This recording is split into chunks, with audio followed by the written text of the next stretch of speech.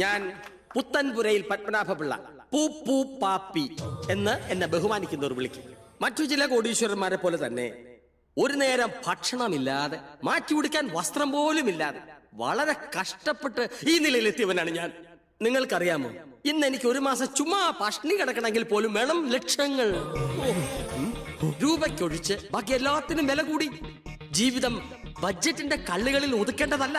നിങ്ങൾക്ക് വേണ്ടത് ഇൻസ്റ്റന്റ് മണിയാണ്. അതാണ് ഈ പ്രസ്ഥാനത്തിലൂടെ ഞാൻ നിങ്ങൾക്ക് വാഗ്ദാനം ചെയ്യുന്നത്. Please please.